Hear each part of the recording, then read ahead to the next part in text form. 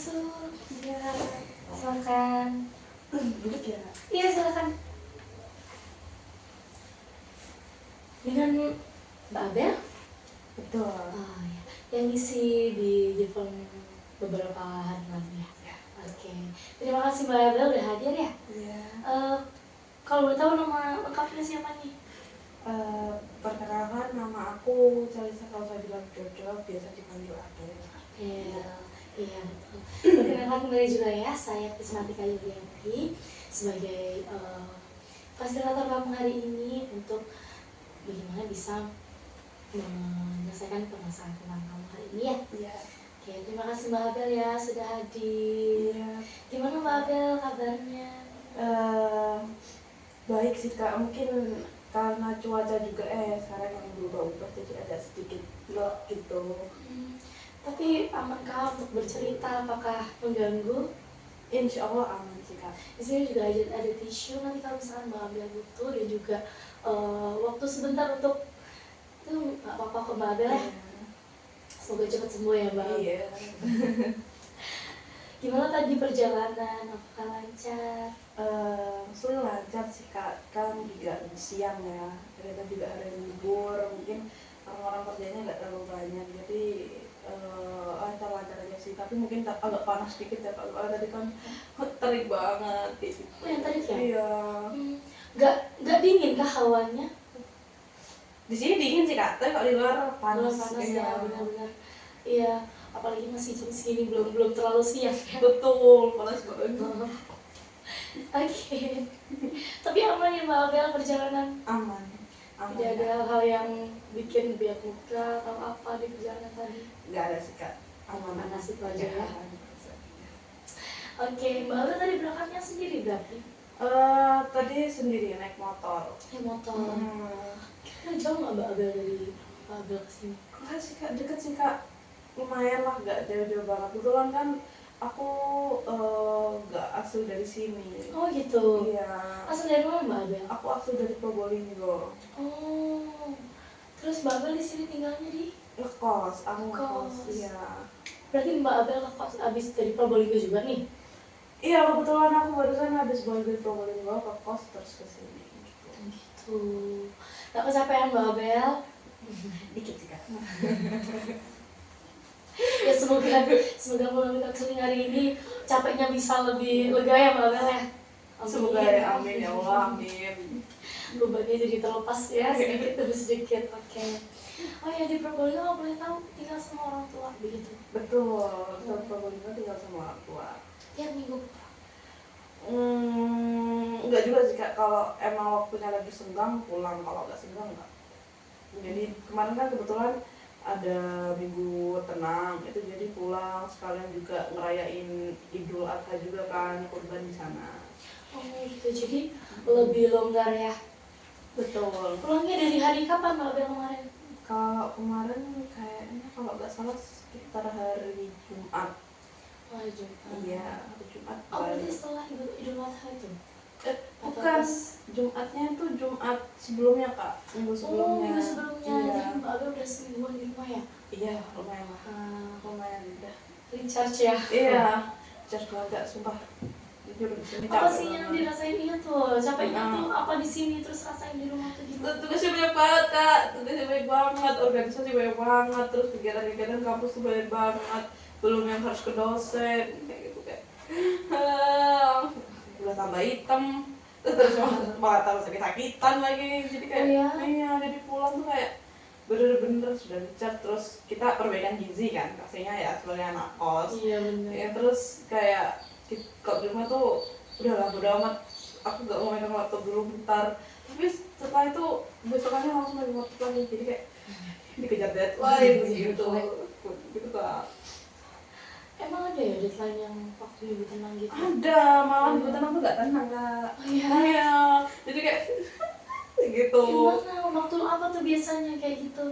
Ada matkul tersebut lah, jadi kayak deadline-nya pas minggu-minggu tenang, jadi kan sebenarnya udah selesai, udah dicicil, cuma tinggal penyelesaian, tapi kan banyak Kak, jadi kita tuh agak kelabakan dikit juga buat persiapan UAS kan, proyek-proyek UAS itu juga banyak kayak gitu. Oke, tapi di rumah nggak sakit kan Mbak Abel ya? Dikit. Oh, sakit juga tetap kan? Iya dikit. Kenapa Mbak Abel yang pilek ini kah? Atau? Iya, gara-gara mungkin waktu di Surabaya gak kerasa ya sakitnya, sampai rumah bentukannya langsung tumbang, jujur langsung tumbang. Tapi waktu sama keluarga rasanya lebih baik ya. Benar, kayak aku charger energiku terus kayak wah full gitu.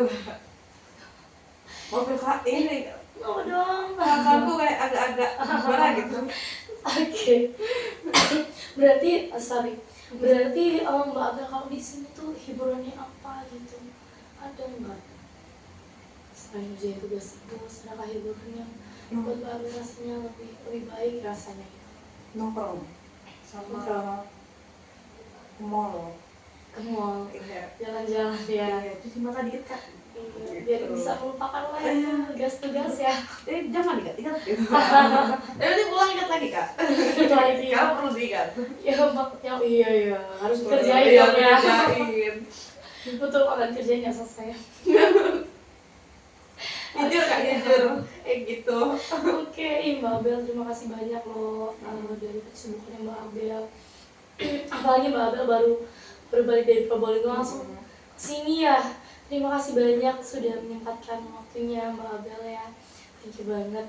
Nah Mbak Abel, mungkin kita bisa mulai konseling kita. Apakah sudah siap? Ceritakan beberapa permasalahannya. Nah sebelumnya saya mau menyampaikan sedikit nih tentang bagaimana konseling kita hari ini. Yang pastinya Mbak Abel perlu percaya bahwa dalam konseling hari ini itu kita nggak mungkin membagikannya kepada orang lain, kecuali memang dari persetujuan dari Mbak Abel untuk beberapa keperluan ya. Yang pastinya saya akan pastikan kepada Mbak Abel apakah Mbak Abel menyetujui atau tidak. Di situ ada di asas kerahasiaan, dimana kita nggak akan membagikan kepada orang lain yang tidak memiliki keperluan apapun, begitu ya Mbak Abel. Kemudian juga saya ingin Mbak Abel lebih terbuka, karena di sini juga membantu saya untuk bagaimana bisa mengarahkan Mbak Abel dalam permasalahan dari Mbak Abel, begitu ya. Oke, di mana di sini konselnya itu bertujuan bukan untuk menyelesaikan permasalahan Mbak Abel, karena yang pastinya yang tahu dari Mbak Abel itu hanya Mbak Abel sendiri. Saya di sini hanya memfasilitasi bagian Mbak Abel mungkin bisa lebih terbuka terhadap pemikiran Mbak Abel ya. Begitu Mbak Abel ya. Oke, dan konseling hari ini mungkin kita bisa beri waktu kurang lebih 45 menit. Apakah bersedia? Bersedia. Oke. Mungkin posisinya apakah sudah nyaman Mbak Abel? Apakah perlu diperbaiki? Kita posisinya bagaimana biar lebih aman? Nanti kalau misal gak enak, aku gak perlu pergi gak? Boleh, apapun bagaimana posisinya ya. Mbak Abel bagaimanapun bisa nyaman untuk bercerita ya. Itu sudah siap untuk konseling hari ini? Siap. Oke.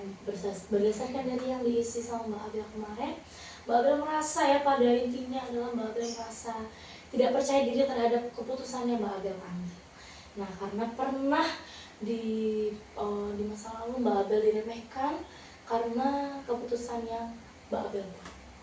Mungkin bisa diceritakan secara detail apa yang terjadi sampai Mbak Abel memutuskan untuk melakukan konseling hari ini.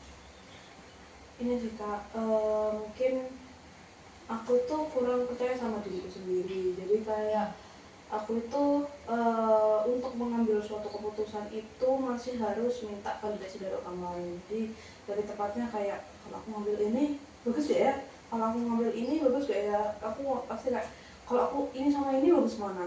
Sebenarnya tuh aku sudah ada pilihan, tapi aku tuh gak yakin sama pilihanku. Jadi aku tanya ke orang lain, misal kayak ini sama ini. Nah itu seperti itu pun itu gak cukup untuk satu orang, aku bakal tanya ke yang lainnya untuk dapat validasi yang lebih kayak gitu. Nah mungkin aku merasa hal itu muncul karena dulu aku itu kan waktu ini yang paling parah munculnya tuh waktu aku ngambil jurusan perkuliahan. Aku mengikuti keinginanku, kan kita kan juga punya cita-cita ya kak. Orang tua aku sebenarnya nyuruh ya udah ini aja gak susah ini, tapi aku gak mau. Aku tuh maunya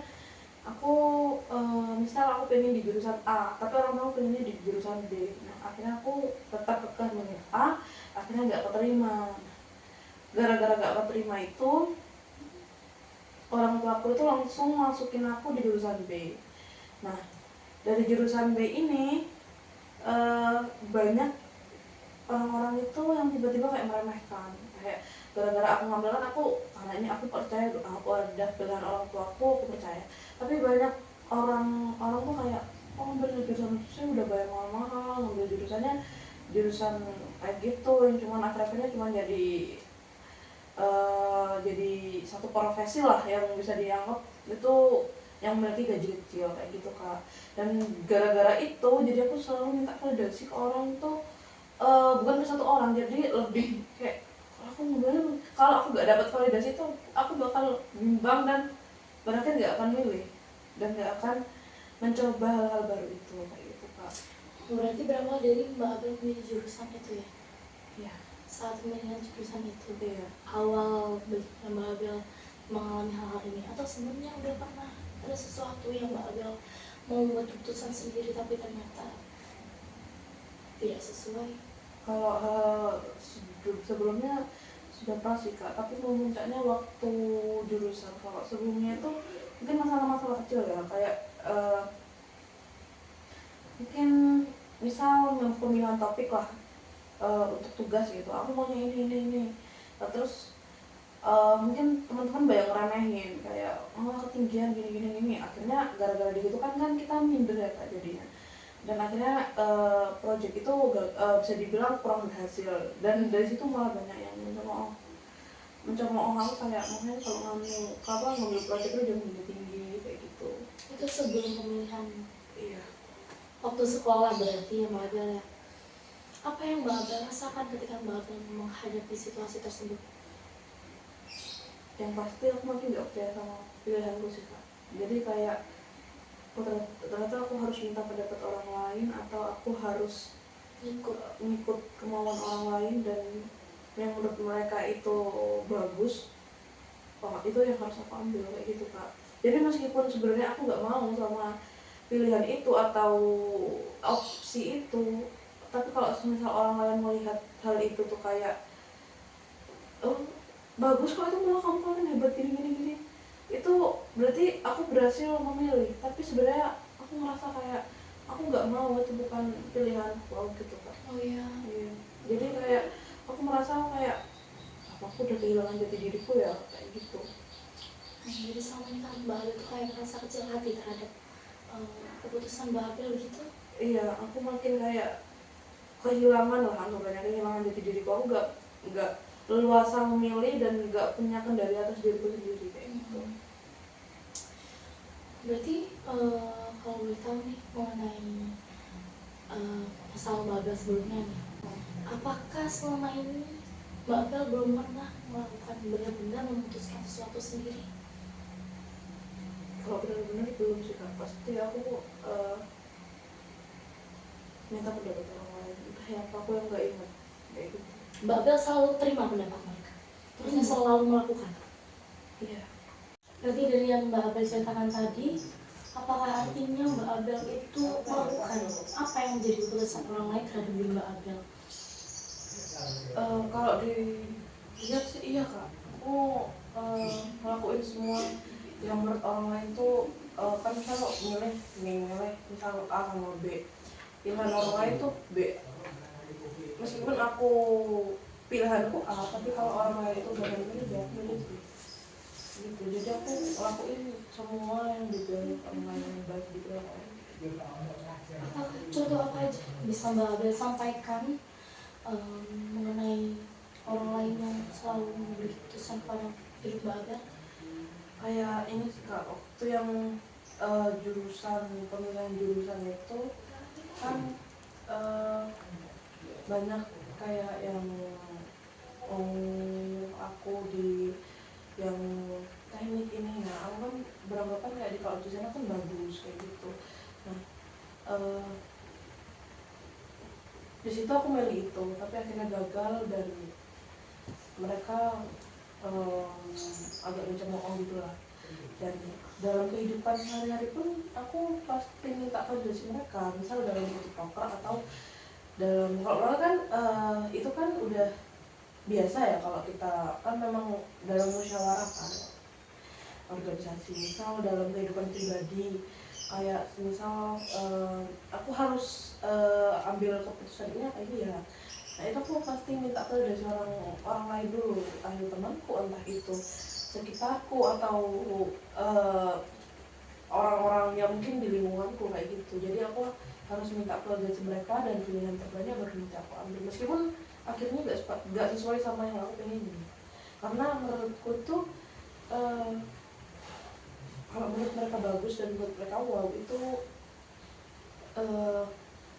ya akan memuaskan ya gitu. Bagaimana bisa Mbak Abel bisa berpikir seperti itu? Ya. Apakah ada beberapa hal yang mungkin membuat Mbak Abel terganggu ketika Mbak Abel ini tidak melakukan hal sesuai dengan pemikiran mereka? Ada, pernah Kak. Waktu dulu tuh, waktu aku ngambil satu project waktu SMA, mengambil satu project dan aku itu mengikuti keinginanku. Aku tanpa mungkin tanpa menanyakan pendapat teman-teman atau orang lain, aku langsung ambil project itu. Dan banyak sekali omongan kayak terlalu tinggi, terlalu tidak realistis lah bukannya. Dan itu bikin aku down. Akhirnya project itu bisa dibilang tidak terlalu berhasil, makin banyak yang mencemooh, dan semenjak itu aku makin kurang percaya diri sama keputusanku sendiri dan juga pilihanku sendiri. Entah aku itu aku merasa aku gak punya jati diri, karena dari dulu memang aku sudah diatur kan, gak ada ruang untuk aku memilih Gitu. iya. Memang dari kecil Mbak Abel merasa bahwa Mbak Abel tidak memiliki kebebasan terhadap diri Mbak Abel sendiri. Ya? Seperti apa? Sedari kecil itu sedari aku, kan aku sekolah dari PAUD ya Kak, dari PAUD ya. Mungkin kalau anak PAUD kan pengennya kan main kan, ini kan karena orang tua aku backgroundnya bekerja semua, aku ditekan di itu penitipan anak itu. Lalu TK, nah kan di TK aku dimasukkan di swasta ya, karena TK kan banyak kayak gitu. Akhirnya waktu mau SD aku tuh pengennya ikut teman-temanku sekolah di, dia swasta juga tapi satu yayasan sama TK aku, karena banyak yang ke situ. Tapi orang tahu kayak udah daftarin sama ibu di sini, akhirnya aku pindah di swasta satunya. Di swasta satunya ikut, akhirnya aku SMP pengen negeri karena aku pengen menempuh 2 tahun, gak dibolehin karena orang tua aku bilangnya kayak eman-eman kamu hafalanmu, terus bahasa Arabmu kan kalau di negeri kan gak ada diajarin bahasa Arab kan. Kalau di tempat kan dari kita kelas 1 tuh udah diajarin bahasa Arab. Aku mau pengennya tuh ikut teman-temanku, tapi ibu kan langsung daftarin ke satu yayasan itu di SMP selanjutnya. Kan SMP masih baru dan banyak teman-temanku juga, dan nggak banyak sih Kak, jadi cuma ada sekitar satu angkatan 70 anak. Udah aku ikutin lagi kayak gitu, akhirnya masuk SMA aku itu agak bertengkar hebat sama orang tuaku waktu itu karena mendekati hari penutupan pendaftaran itu aku sebenarnya dipaksa masuk Diman. Kan tesnya cuma tes ngaji sama tes mungkin tes biasa lah, kayak ujian biasa. Sebenarnya kalau dibilang masuk pasti masuk, karena itu udah sehari-hariku waktu di sebelumnya di SMP ya. Tapi aku nggak mau, aku bilang aku nggak mau hafalan, aku nggak suka hafalan, apa kayak gitu. Memang aku kurang di hafalan Kak. Di SMP itu ada syarat lulusan hafalan. Itu kalau nggak aku dikejar sama guru, aku nggak bakal hafalan. Aku pasti kabur dari kelas ngaji itu. Iya. Sampai di angkatan itu, satu angkatan itu aku paling bisa dibilang paling anjlok sendiri. Nilai hafalannya. Akhirnya aku bertengkar hebat, H-1 penutupan, aku akhirnya daftar di ibuku akhirnya ngalah. Sendiri, daftar sendiri. Enggak, di daftarin kita kan tengah kita kayak anggapannya silent udah saling ngomong lah. Iya. Kita akhirnya ibuku yang ngalah, aku dimasukkan di SMA komputer. Untuk SMA-nya emang SMA-nya ibuku, SMA orang tua aku dulu. Dia SMA di situ, jadi tau lah kayak gimana. Nah, di situ aku merasa aku mulai memiliki uang karena perbedaan dari sekolah swasta ke sekolah negeri itu beda banget. Ya. Iya, Apa beda yang banget. menjadi berbeda? Yang menjadi perbedaan itu dari orangnya, gaya hidupnya, cara mereka berpakaian dan juga mereka beraktivitas itu beda banget. Dan pola pikir mereka juga beda. Oh ya? Iya. Apa yang menjadi perbedaannya? Misalkan dulu di sekolah swasta itu seperti apa, terus SMA sekarang seperti apa saat itu ya? Aku merasa kalau di sekolah swastaku itu aku nggak ada kebebasan karena bisa dibilang aku di situ bisa dibilang masuk ke orang yang mungkin kurang menengah ke bawah lah kalau di swasta itu. Jadi ada satu perkumpulan orang tua, kan kebetulan orang tua aku kerja semua jadi jarang ikut, tapi orang tua aku tuh kenal sama orang tua lainnya. Karena kita juga itu dari TK, kebanyakan tuh dari TK yang sama, SD yang sama, SMP yang sama, jadi ada satu perkumpulan ibu-ibu bisa dibilang. Ibu-ibunya sedikit hedon banget kan. Mereka bawaannya bukan motor, bukan apa, bawaannya mobil-mobil mahal. Malah di tahun itu tuh ada yang bawa, kan pikiran kita kan kebanyakan itu anak-anaknya itu bukan diantar jemput sama orang tuanya, tapi diantar jemput bis. Oh, bis. Ada bis perusahaan khusus anak-anak mereka buat berangkat sekolah gitu. Oh, berarti di situ di perusahaan yang sama ya anak-anaknya sekolah di situ? Ada beberapa perusahaan, jadi kayak ada perumahan klaster gitu kan. Nah, itu mereka dari situ kebanyakan.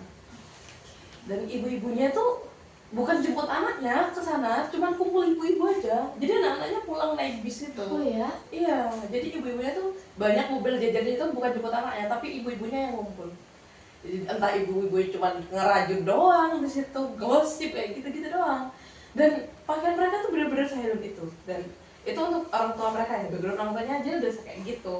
Gimana anak-anaknya, mereka di SD itu HP-nya itu sebelum kelas 3, kelas 4 itu udah megang iPhone. Aku nggak megang HP kan, nggak megang HP. Nah, mungkin karena di sekolahku tuh taunya tuh orangnya berada semua ya. Jadi ada grup untuk tugas-tugas itu dari SD. Jadi tugasnya ini dari SD. Dan aku megang HP itu baru kelas 6. Itu pun gara-gara aku menang satu acara itu baru aku dapat HP. Dan di situ tuh aku bener kerasa banget Kak. Aku waktu SD lumayan lah better lah, aku di situ masih bisa berinteraksi karena kita juga belum terlalu paham ya tentang hal seperti itu. Jadi dulu itu kalau mereka bawa bekal, jadi kakak tahu sambel sama kayak aku tuh kalau bawa bekal tuh sambel sama terong, sambel sama tempe kayak gitu.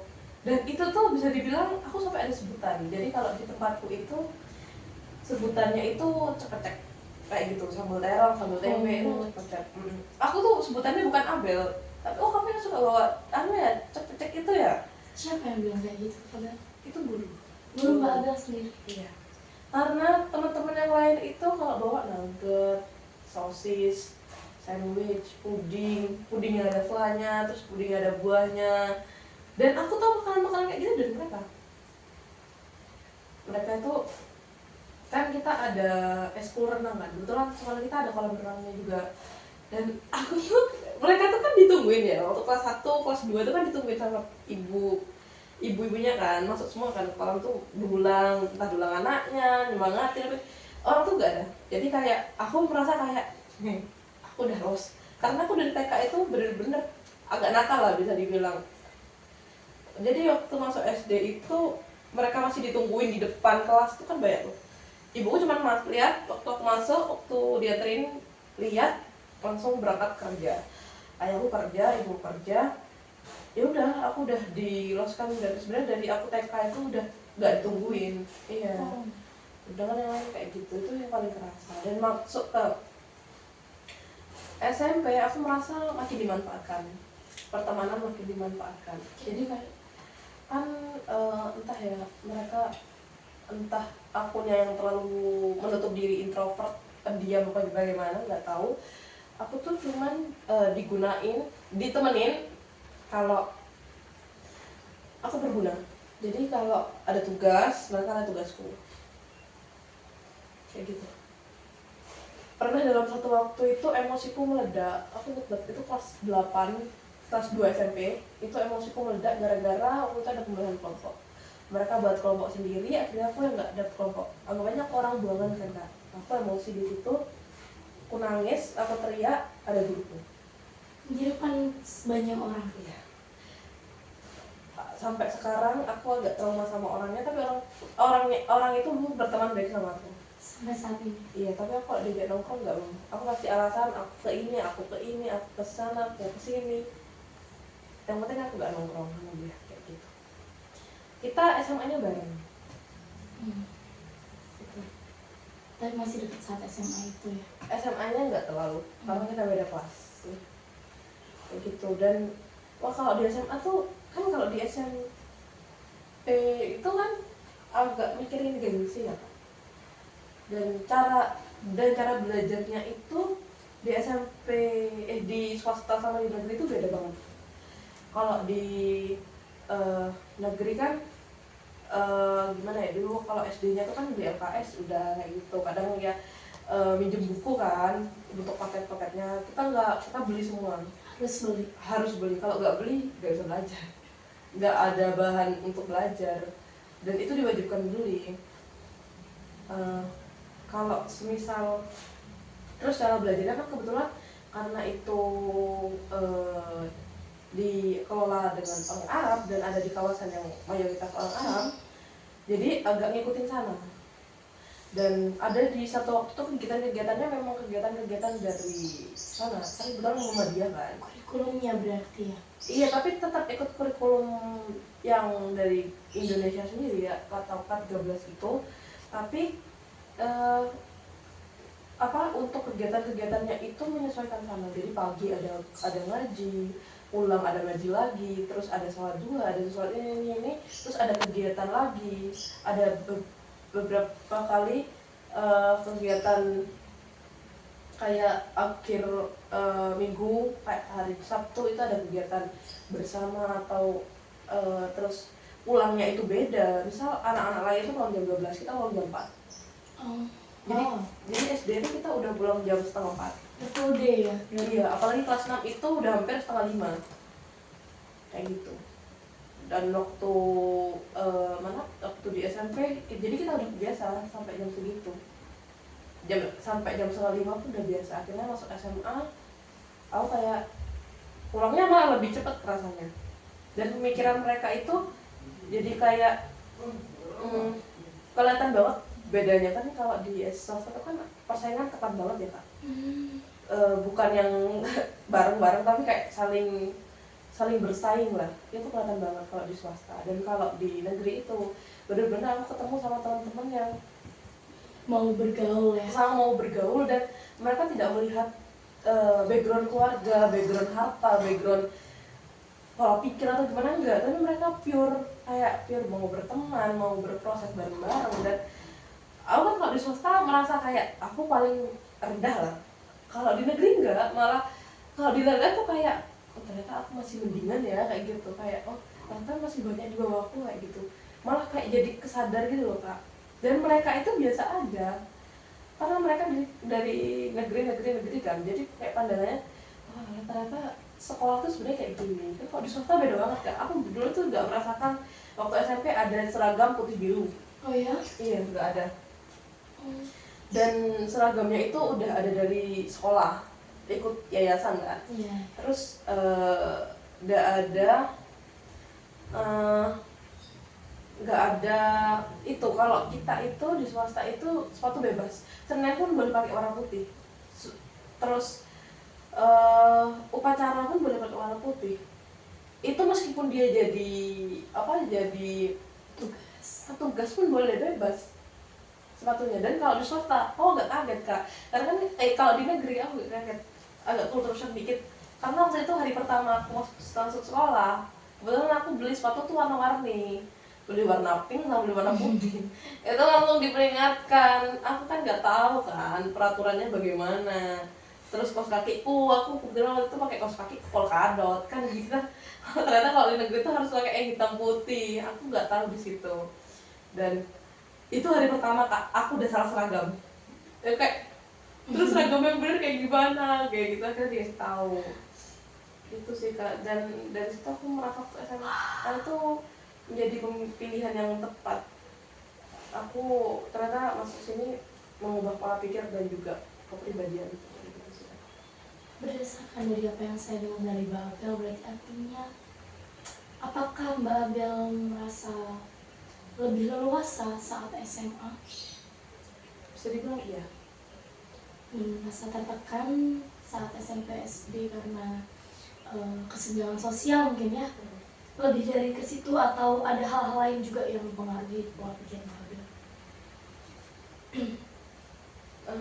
Omongan dari orang. FYI, waktu aku masuk di negeri itu banyak banget yang ngomongin kayak ngapain sekolah mahal-mahal sampai di swasta kalau akhir-akhirnya masuk negeri kan. Gini kan itu bukan pilihan tuh, masuk swasta bukan pilihan. Terus dia bilang, anakku aja loh sekolah negeri akhir-akhirnya masuk bareng sama kamu di negeri juga di situ. Dia gak mahal-mahal sekolahnya, maksudnya negeri juga. Ya kebetulan kan kalau di negeri kan ada jalur masuknya sendiri, ada dari zona maksudnya yang dekat dari sekolah. Aku kebetulan masuk dari, sebenarnya tuh rumahku tuh dekat banget sama sekolah, cuman berjarak 3 kilo lah. Itu masuk zona dia. Sebenarnya kalau aku mau masuk lewat zona pun bisa, tapi aku masuk lewat jalur prestasi. Nilai. Nah, dari nilai dan ada tesnya juga. Kayak gitu. Jadi terus ya udahlah, karena aku pengen keinginanku kayak gini ya, aku nyoba ikutin keinginanku dan aku melihat lingkungan baru di situ. Saat Mbak Abel dicemooh dengan orang dari, siapa itu, orang tua dari teman Mbak Abel kah atau Orang lain sih. orang lain? Iya, orang lain. Bukan yang dari orang swasta itu? Enggak, itu orang lain. Saat Mbak Abel mendengar hal tersebut, apa yang Mbak Abel pikirkan terhadap keputusan Mbak Abel saat itu? Sebenarnya agak kecewa dikit sih, kayak kok dipandang rendah banget ya kayak gitu. Emang aku terlihat tidak mampu itu, maksudnya dalam artian apakah aku dilihat kurang pintar, apakah aku dilihat kurang mampu, apakah dia beranggapan bahwa kayak mahal-mahal akhirnya juga ngambil negeri kayak gitu sih kak. Tapi saat itu apakah Mbak Abel ini ada penyesalan ketika memutuskan untuk ke SMA negeri tersebut?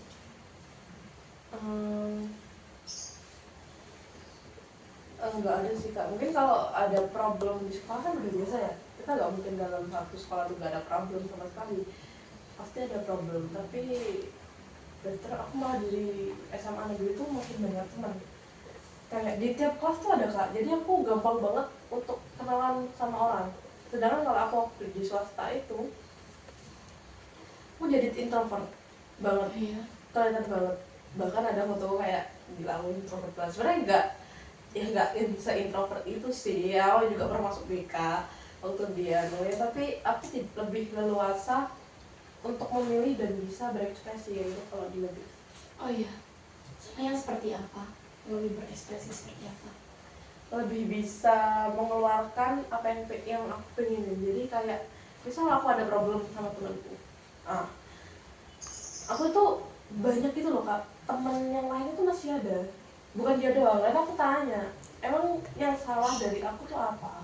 Tapi aku nanya juga gak dijawab, jadi kayak gak jelas gitu lah. Ternyata ya kita tahu kayak oh salahku di sini, tapi salah orangnya juga di sini.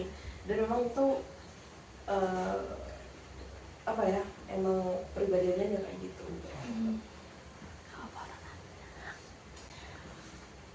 Saya sebenarnya melihat bahwa Mbak Abel ini memiliki potensi, bahwa Mbak Abel bisa memilih pilihan Mbak Abel sendiri. Apakah ada hal yang bikin ke-trigger gitu? Padahal sebenarnya dari SMA ini Mbak Abel itu sudah mulai membuka diri. Tapi apa yang terjadi setelahnya yang bisa membuat Mbak Abel merasa rendah diri lagi? Pertama yang project itu tadi ya Kak, yang gagal. Itu juga waktu SMA. Oh iya. Yang kedua itu waktu pemilihan kuliah. Banyak yang orang menyarankan tuh masuk teknik. Karena saran itu aku merasa teknik itu baik, dan itu lebih baik. Sebenarnya orang tua aku dan yang lain itu pengennya aku tuh jadi bisa dibilang seorang guru, terjun ke dunia pendidikan karena background keluarga semua pendidikan. Orang tua dan juga sebagian besar keluarga tuh menyuruh kayak gitu. Tapi karena orang lain kayak teknik aja teknik, karena masa depanmu terjamin gini. Akhirnya aku ambil teknik, aku maksa ambil teknik. Aku gak ngikutin kata orang tua aku. Aku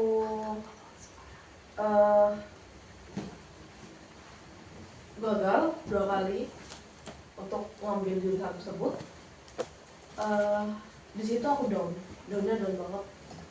Udah aku gagal, diremehkan, disepelekan, dan gak ada support dari orang lain gitu yang nyuruh kayak gitu, gak ada support.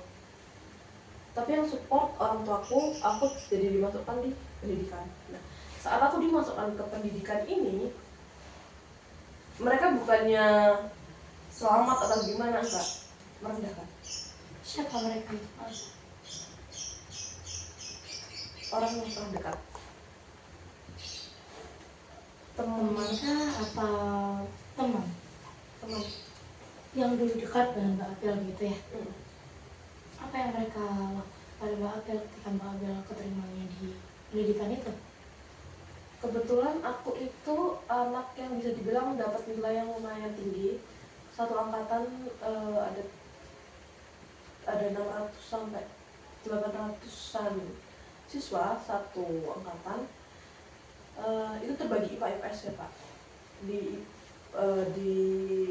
untuk semuanya yang eligible, kalau satu angkatan itu aku dapat di 10 besar. Dan mereka itu memiliki pandangan yang besar terhadap aku. Karena satu dan lain hal itu ada problem waktu aku mau pendaftaran. Sebenarnya aku udah gak mau kuliah. Aku ingin mengundurkan diri dari eligible itu karena satu permasalahan tersebut yang udah bikin aku udah kehilangan minat untuk kuliah. Tapi akhirnya meskipun ada problem itu, orang aku tetap cepat bapak kuliah. Tapi dari aku sendiri udah kayak, aku ngambil jurusan itu gagal. Mereka udah berpandangan tinggi banget, kamu udah sepintar ini terus gudamu 3 tahun tuh sia-sia. Akhirnya aku masuk lewat jalur pendidikan, lewat jalur mandiri di jurusan pendidikan. Itu jadi hantaman banget omongan mereka ke aku, kayak semua orang bisa jadi guru, yang nggak kuliah aja bisa jadi guru. Ngapain kamu mahal-mahal kuliah cuman akhir-akhirnya jadi guru? Aku bisa jadi guru, aku gak usah kuliah dia bisa jadi guru. Aku kuliah teknik gini gampang banget jadi guru. Semua orang bisa jadi guru, tapi semua orang gak bisa jadi kayak aku. Dia bilang kayak gitu. Apa tanggapan Pak Abel terhadap omongan dia saat itu? Sebenarnya sakitnya tuh kayak agak nyelekit gitu ya Pak, nyelekit banget malah. Di situ aku cuman kayak, aku membalasnya karena udah geter ya Kak, suaraku kelihatan banget mau nangis kan. Dia ngomong kayak gitu dengan muka santainya itu, dan teman-teman yang lain tuh menyetujui hal itu. Oh iya. Iya. Berarti Mbak Abel merasa terpojokkan di situ ya? Iya. Banget. Dan di situ kayak akhirnya aku balas gini. Mungkin di situ aku udah gak bisa balas lagi omongan dia. Aku kayak bentar ya, aku keluar rumah itu kan bilang kita lagi meet. Aku udah gak mau ketemu orang tuh sebenarnya gara-gara atau enggak, akhirnya aku memberanikan diri untuk masuk ke meet tersebut dan dapat respon seperti itu.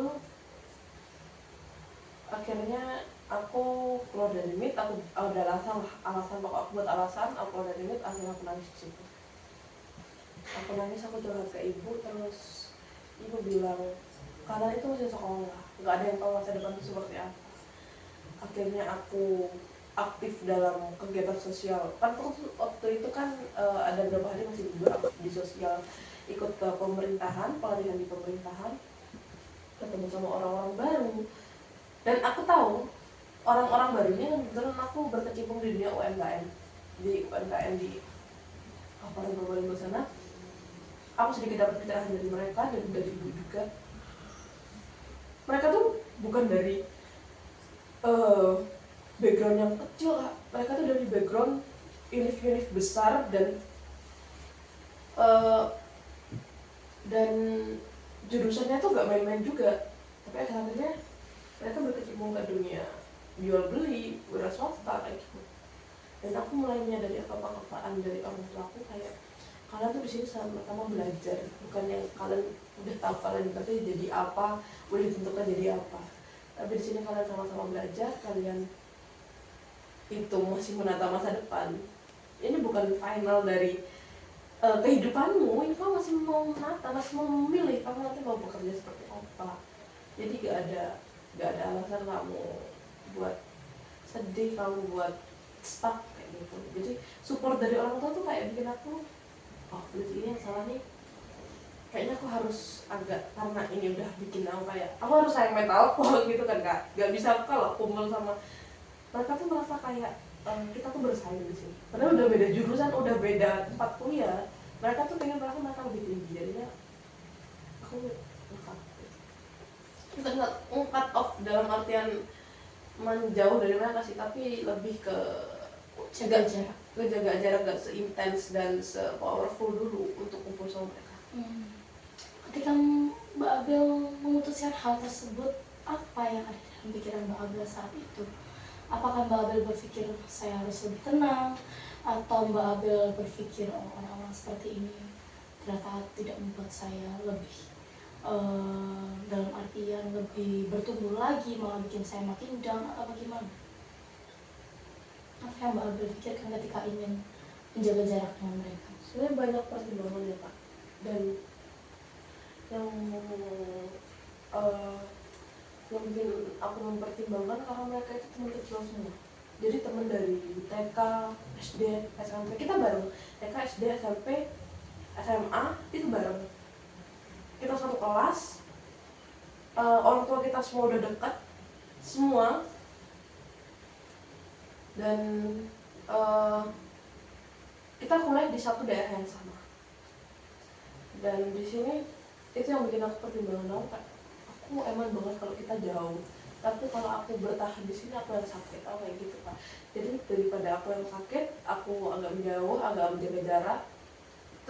Kita tetap berteman baik, tapi aku bakal nggak seintens dulu, dan itu tertutupi sama kegiatan-kegiatanku yang full sekarang. Dan aku merasa kayak aku lebih nyaman seperti ini, aku lebih nyaman di lingkungan baru. Sebenarnya mereka ngajak aku nongkrong, aku beralasan kayak aku lagi di sini, aku mau ke ini, aku mau ke itu. Tapi sebenarnya aku lagi nongkrong sama teman-teman yang lain di situ. Aku balas mereka tapi sambil nongkrong sebenarnya. Aku posting, aku lupa Kak di situ. Aku posting, katanya kamu di sini. Oh iya, aku lagi senang. Aku udah gak bisa ngelak di situ. Kayak iya barusan pulang, aku bilang gitu. Iya barusan pulang, mampir bentar sama anak-anak gitu, diajak ngumpul. Oh gitu, kayaknya mereka tahu. Akhirnya mereka ngajak. Mungkin aku karena sering nolak, akhirnya mereka gak ngajak lagi. Tapi kalau beberapa waktu mereka ngajak. Kayak gitu sih Kak. Aku kecewanya di situ sih. Berarti Mbak Abel itu benar-benar memiliki keputusan sendiri untuk menjauh dari mereka. Iya, tapi akhirnya aku nanya ke ibu bagaimana, apakah ini keputusan yang tepat atau enggak aku ngambil jalan ini, apakah nanti ini akan jadi bumerang ke aku, seperti itu sih Kak. Lalu bagaimana tanggapan ibu mengenai hal tersebut? Ya ibu bilang kalau misal kamu nyaman di situ ya lanjutkan, kalau memang kamu merasa gak nyaman ya gak apa-apa. kamu agak maksudnya agak seintens dulu, gak nongkrong tiap hari, gak anu tiap hari gitu. Belum tuh teman-temanku cowok ada cewek juga, tapi sebenarnya kebanyakan cowok karena yang pas bertahan dari TK sampai sekarang itu yang cowok, yang cewek udah mencar sejak SD sama SMP, SMA itu udah mencar, mereka masuk negeri masuk sini, jadi yang cowok sih. Yang omongannya menyingkit itu ya Mbak Abel. Iya. Bagaimana menurut Mbak Abel mengenai tanggapan dari ibu? Ya aku sangat senang sih ibu mau support banget, maksudnya anaknya mau gimana dan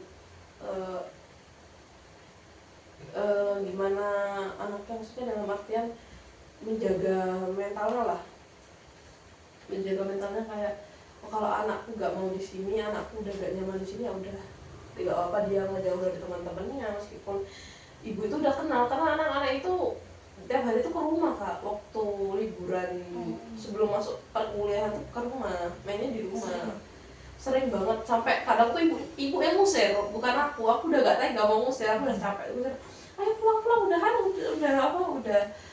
udah mau maghrib gitu kan, mereka tuh mainnya pagi tuh udah datang ke rumah pagi, aku gak ada kerjaan banget pagi-pagi kesini, ya kadang mau kuliah gitu, aku kok di situ kan belum kuliah juga kan, maksudnya belum masuk kuliah ini juga, di situ juga.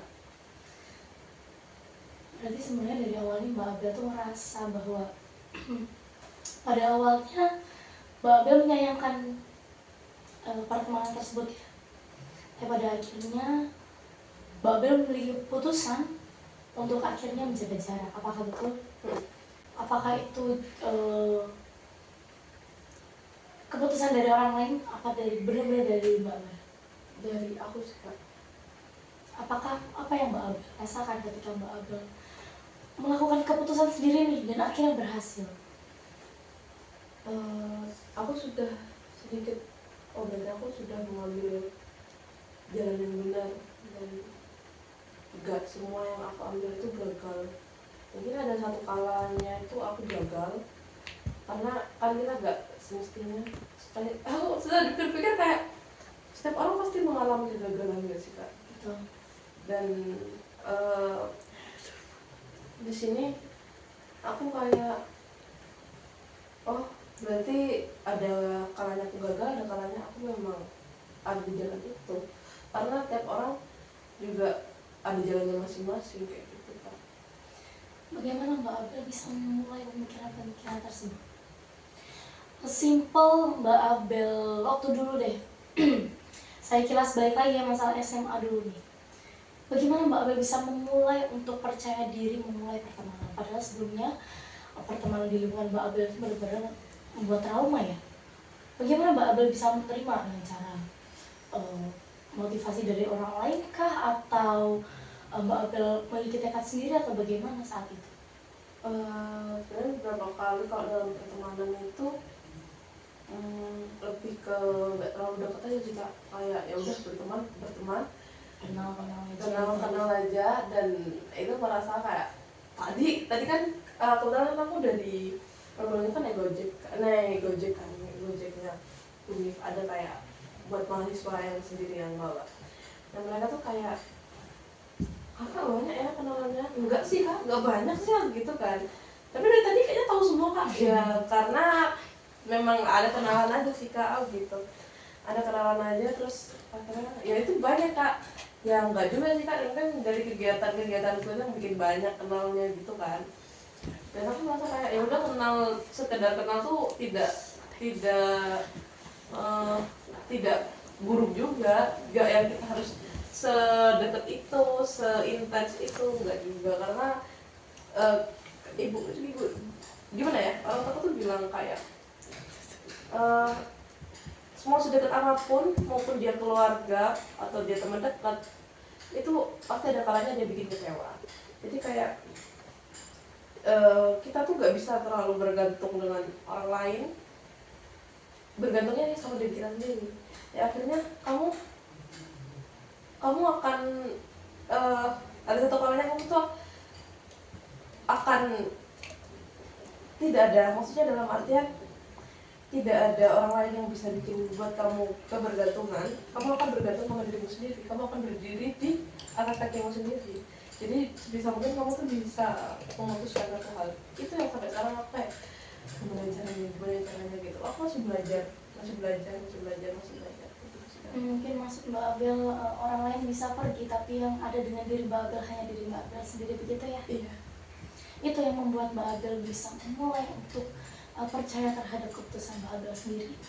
Iya, mungkin sekarang Untuk saat ini itu. iya, tapi masih belajar sih Kak. Menurut saya Mbak Abel sudah lebih bagus sih ya. Maksud saya dari segala apa yang Mbak Abel alami saat bermasa lalu, saat Mbak Abel SD, SMP, Mbak Abel memiliki banyak trauma terhadap pertemanan, terhadap keputusan, bahkan Mbak Abel tidak memiliki keputusan sendiri, semuanya serba diatur. Sampai pada SMA Mbak Abel memiliki keputusan untuk melakukan apa yang Mbak Abel mau.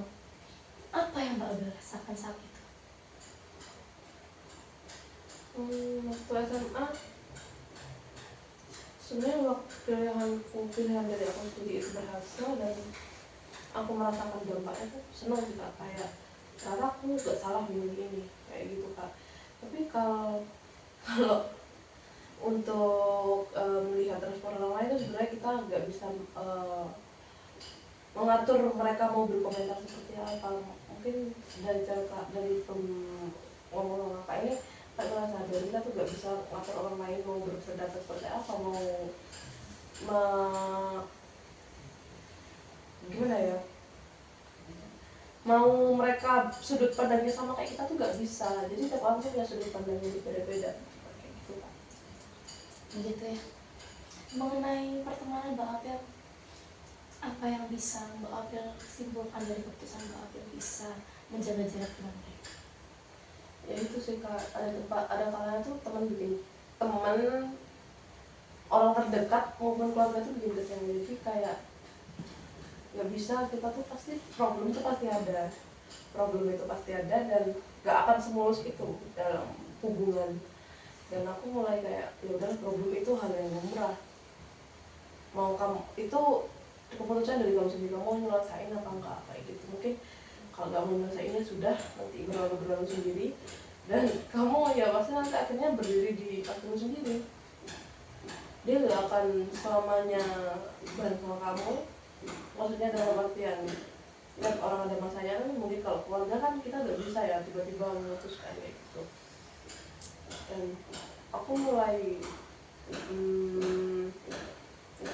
melihat dari sudut pandang kayak wah ya berarti aku tuh berbohong sama aku sendiri kayak gitu Kak. Memutuskan satu hal itu tidak perlu orang lain, tergantung gimana kamu melihatnya. Dan kamu nggak bisa mengubah pola pikir orang lain dan cara pandang orang lain kayak gitu.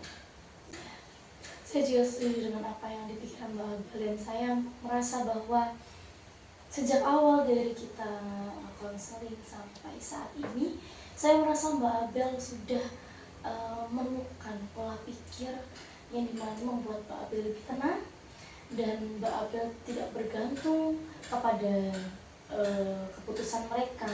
Tapi mungkin saran bisa Mbak Abel terima ya, seperti dari ibu, dari orang-orang di sekitar Mbak Abel.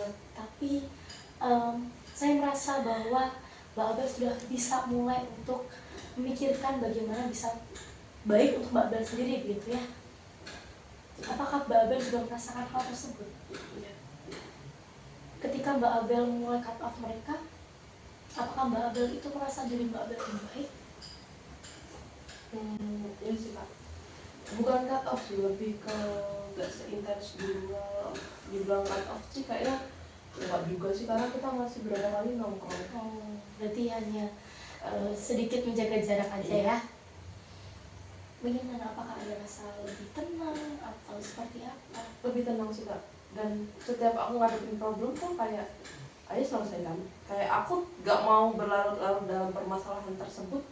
Kan permasalahannya sepele Kak. Aku gak mau kayak yang kita berlarut-larut, kita saling singgung, gak mau kayak, karena aku sadar di situ kadang pola pikir dan juga cara pandang orang-orang kan berbeda, dan ada itu yang kadang bikin kita jadi problem. Dan itu aku lakuin ke teman-temanku yang dulu, yang SMA itu. Jadi kalau aku ada problem, aku ngomong, aku lo gak suka, aku lo gini, awakmu lo kemarin lo gini, aku lo sakit hati yang gitu, aku ngomong. Pada akhirnya jadi Sebenarnya dipikir tuh mereka tuh cuma bercanda ngomongnya. Aku bilang yang aku sakit hati gara-gara omongan mereka tuh, aku bilang. Dan di situ yang bikin kita fair-fair aja. Jadinya sekarang kayak ya udah nongkrong, kadang nggak, kadang nongkrong, kadang nggak. ketika Mbak Abel benar-benar merasa oke aja ya buat nongkrong sama mereka gitu ya. Dan kita malah berteman adalah, jadi kayak oke aja, dan aku menganggap hal itu sepele. Mungkin kalau memang orangnya nggak mau menyelesaikan, ya udah mulai nggak berlarut-larut dalam permasalahan. Oke. Saya merasa lebih lega dan tenang Mbak Abel bisa memiliki pemikiran tersebut mengenai keputusan yang Mbak Abel buat, mengenai pertemanan yang ada di lingkungan Mbak Abel. Saya merasa semakin kesini Mbak Abel benar-benar memiliki pemikiran yang terbuka terhadap Mbak Abel sendiri. Nah, sekarang bagaimana Mbak Abel mau merencanakan diri Mbak Abel ke depannya? Apakah Mbak Abel tetap mau menerima saran orang lain tapi tetap berkeputusan pada diri Mbak Abel sendiri, atau hanya keputusan Mbak Abel saja yang Mbak Abel terima, atau yang lainnya yang mau Mbak Abel lakukan? Mungkin ada kalanya kita melihat dari sudut pandang orang juga ya Kak, orang lain bagaimana, karena kita tuh kan makhluk sosial. Mungkin dalam beberapa waktu aku akan tetap menanyakan bagaimana sudut pandang orang lain, pilihan orang lain. Tapi dalam satu waktu aku akan mulai berpegang teguh sama diri sendiri, yang itu mungkin tidak akan bersangkut paut dengan orang lain, dan tidak ada mungkin tidak ada efek untuk orang lain. Mungkin akan berdasar pada aku sendiri, aku akan ngambil keputusan aku sendiri tanpa ada orang lain. Mungkin gitu. Jika lo hal ini berhasil ya, bagaimana jika terjadi hal yang Mbak Abel inginkan kembali ketika Mbak Abel melakukan keputusan Mbak Abel? Apa yang Mbak Abel akan pikirkan nantinya? Mungkin dari perkataan tadi aku mulai sadar kayak kegagalan itu adalah hal yang normal, keberhasilan itu merupakan suatu hasil dari hasil progres kita dan juga upaya kita. Dan kalau gagal itu adalah hal yang biasa, dan mungkin itu akan dijadikan pelajaran, karena tidak ada sesuatu yang sempurna dan tidak ada sesuatu yang akan selalu berhasil. Saya cukup bangga ya melihat Mbak Abel bisa memiliki pemikiran yang luar biasa seperti itu, yang nggak semua orang bisa pikirkan dari apa yang Mbak Abel rasakan di masa lalu hingga sekarang. Yang pastinya support dari orang-orang lain juga membuat Mbak Abel bisa berpikir lebih terbuka seperti ini ya Mbak Abel ya.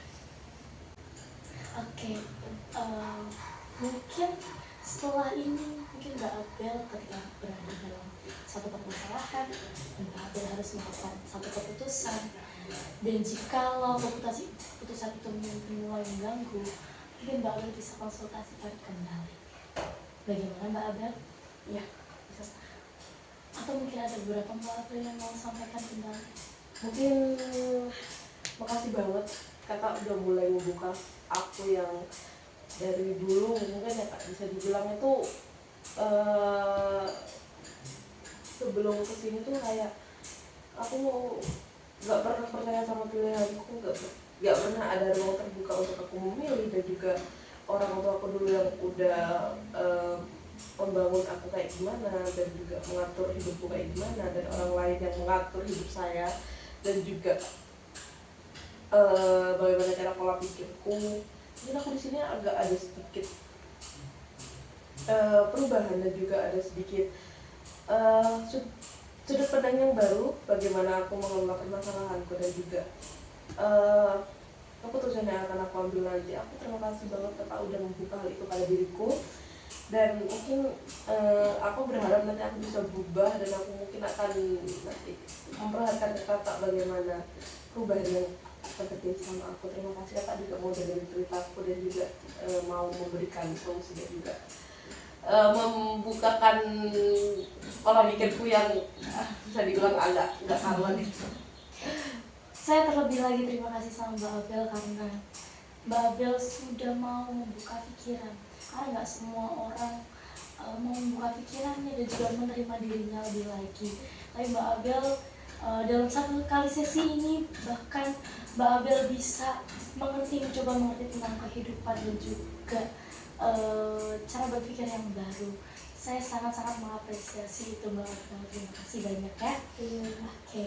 Mungkin Mbak Abel ada tambahan lagi atau mau diakhiri sekarang dan kita lanjutkan mungkin di sesi selanjutnya. Diakhiri sama Oke, mungkin nanti kalau misalkan ya seperti yang tadi saya katakan, ketika Mbak Abel mencoba mengaplikasikannya dan juga mengalami kendala, kalau Mbak Abel perlu, Mbak Abel bisa datang ke sini lagi dan hubungi saya. Oke, terima kasih Mbak Abel ya atas hari ini. Semoga harinya menyenangkan ya. Ya. Oke, hati jalan. Ada berjalan. Terima kasih Kak. Aku Terima kasih.